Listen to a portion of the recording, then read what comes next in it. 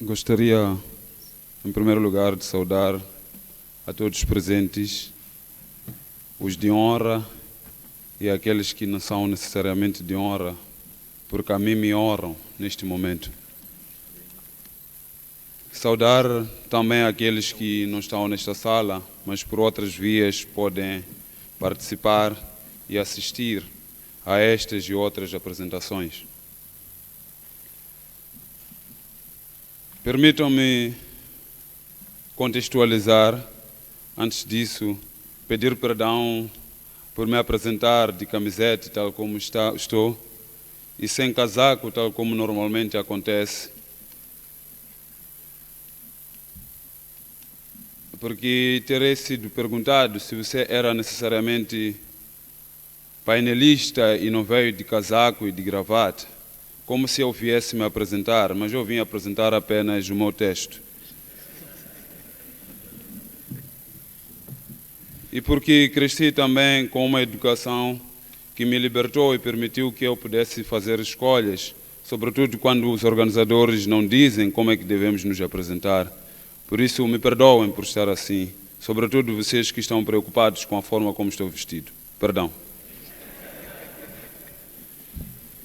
Para começar, vou tentar contextualizar a minha apresentação contando a minha história de libertação, que é uma história de libertação de jovens da minha idade, que se calhar já estão libertos e outros viram a sua libertação, se calhar parada em determinado momento. Cresci numa zona rural. Sempre que eu falar de mim, estou a falar de todo jovem que tem as minhas características. Cresci numa zona rural, onde jovens como eu e outros tinham que tomar alguma decisão sobre o que queriam sobre o seu futuro. Num contexto de desenvolvimento, que faz parte do nosso tema, que é diferente e será sempre diferente em função do seu tempo. Alguns escolheram a educação como meio através do qual iriam suprir situações de pobreza das suas famílias, e outros não foi necessariamente por aí. Dos que entenderam a educação como fator de desenvolvimento, parte deles viu os seus sonhos parados quando terminaram a 12ª classe, porque o contexto na altura não permitia que continuassem, porque tínhamos basicamente universidades públicas que para entrar era preciso concorrer, e de onde eu venho era difícil entrar numa universidade privada. Não tínhamos dinheiro para entrar. Esse é um contexto de desenvolvimento. De tal forma que aqueles que conseguiram entrar como eu, conseguiram ou prosseguiram com o seu sonho. E aqueles que não conseguiram viram claramente os seus sonhos parados, e o Moçambique, como um país, viu um capital humano a ser perdido, de certa forma. Para nós que fomos à universidade, encontramos as nossas dificuldades lá. E dentro dessa equipe toda que esteve a trabalhar nesse sentido, vimos pessoas que morreram antes de terminar os seus cursos, porque durante os cursos havia falta de comida em casa e tínhamos problemas de condições de habitação, e também havia aquilo que nós chamávamos de direta, que era uma questão de excesso de sono. Era estudar durante o dia, chegava à noite, devia dar continuidade aos estudos e não tinha tempo para dormir, acordava de manhã, acordava não, nascia o dia, tinha que voltar a estudar. Por causa destas condições todas que eram exigidas do corpo e sem a retribuição do que o corpo exigia, as pessoas morreram. Moçambique perdeu parte do seu capital humano. Então, nós fomos continuando e somos o capital humano que somos, de tal forma que hoje eu me sinto desenvolvido. Provavelmente questiona por que desenvolvido, porque estou livre, abraçando a ideia de Amartya Sen, que diz que o desenvolvimento é a liberdade. E fico feliz por estar aqui na Beira, onde me libertei para apresentar esse texto. Estou livre e desenvolvido porque entendo o meu passado, entendo o presente e sei para onde quero ir, abraçando a ideia da concepção do Ortega Gasset sobre a vida, que é um ciclo entre o passado, presente e futuro. É desta forma que eu quero entrar em poucas linhas na discussão do capital humano, se é um meio ou um fim do desenvolvimento, que naturalmente dentro desta história de libertação, que me torna livre no dia de hoje, pode fazer com que a gente perceba se temos o capital humano como um meio ou fim do desenvolvimento.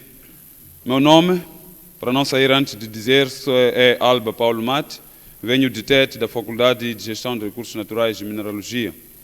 Na nossa apresentação, falaremos primeiro do conceito de desenvolvimento, que assumimos nesta apresentação como sendo um processo qualitativo e quantitativo, que procura criar condições cada vez melhores nas vidas das pessoas. Quer dizer que é uma questão primária de ter condições materiais, que nós assumiríamos o desenvolvimento como crescimento econômico, que é provavelmente o que havia em falta na minha juventude, quando estava a iniciar a minha luta de libertação, e existe um processo mais qualitativo, que é aquele que se obtém depois de se encontrar este crescimento econômico, depois de podermos ter alguma renda, depois de podermos ter alguma infraestrutura, então podemos ir para aquelas condições mais básicas da vida, que são as condições que também sublinhei que o capital humano foi perdido por causa de falta dela, que é a questão de onde dormir, a questão do que comer e a questão de sobrevivência que nós temos. Isto tudo sem prejudicar as gerações futuras. Este é o conceito que nós trazemos de desenvolvimento. Depois temos o capital humano, que assumimos que seja um conjunto de conhecimentos, experiências e capacidades que as pessoas têm, permitindo que essas pessoas possam realizar trabalhos úteis. Temos que sublinhar que sejam trabalhos úteis, porque há pessoas que têm conhecimentos, têm essas capacidades, mas não fazem o que deviam fazer. Então ainda não podemos chamar a esses de capital humano. E, acima de tudo, procuram com essas competências superar os graus de complexidade que têm enfrentado. A isto nós chamamos de capital humano. Então, qual é a relação primária que nós podemos ter entre capital humano e desenvolvimento? Numa primeira fase, podemos entender que o capital humano é praticamente um meio para o desenvolvimento. Quer dizer, um país, uma nação, uma província, precisa de capital humano para se desenvolver. Para nós chegarmos ao desenvolvimento, precisamos de pessoas que tenham habilidades, de pessoas que estejam instruídas, de pessoas que adquiram experiências e usem essas suas aptidões para permitir que o país encontre o seu progresso econômico. Por outro lado, nós temos o capital humano como fim do desenvolvimento. Algumas fontes do capital humano são a educação e saúde, tal como eu me referenciei na minha história de libertação, que eu olhava a educação como se fosse a solução dos meus problemas. Quer dizer que eu precisava de um sítio para estudar, precisava de uma escola para me formar, precisava de um professor para me formar, e precisava da preparação desse professor para me formar, para que hoje provavelmente diga que estou livre, assim como estou a dizer. Então, estas condições todas são resultado do desenvolvimento. É por causa disso que nós dissemos também que o capital humano é fim do desenvolvimento. Nós perguntaríamos de onde viriam as infraestruturas educacionais, as sanitárias e outros investimentos, tal como estávamos a ouvir há pouco tempo com o professor doutor, que houve investimentos. De onde vêm esses investimentos todos? Vêm do resultado de um processo de desenvolvimento. Quer dizer que, para terminarmos, podemos concluir que há uma relação, sim, entre o capital humano e desenvolvimento. E esta relação é de reciprocidade. Enquanto capitalizamos, passa a repetição, o capital humano, também nos desenvolvemos. E enquanto nos desenvolvemos, também o capital humano vai ficando cada vez melhor. E por causa desse acompanhamento, o tipo de problemas que o país enfrenta, o tipo de problemas que a sociedade vai enfrentando, fica cada vez mais difícil. Diferente, quis dizer. Quer dizer, no princípio, o meu problema de pobreza era encontrar uma oportunidade para estudar. Independentemente das condições, se eu iria comer, se não iria comer, não era o problema. O problema é que eu tinha a ideia de que tinha que estudar. Então o país tinha que me dar uma escola.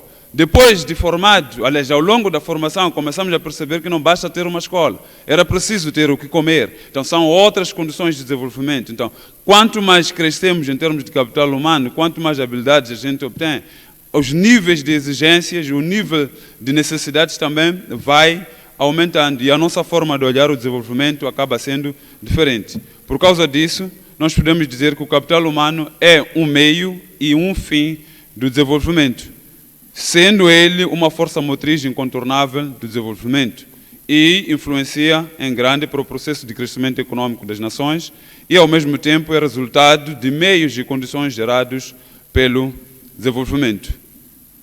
Se alguém perguntasse, vale a pena nós investirmos em capital humano, eu iria responder de forma categórica que sim.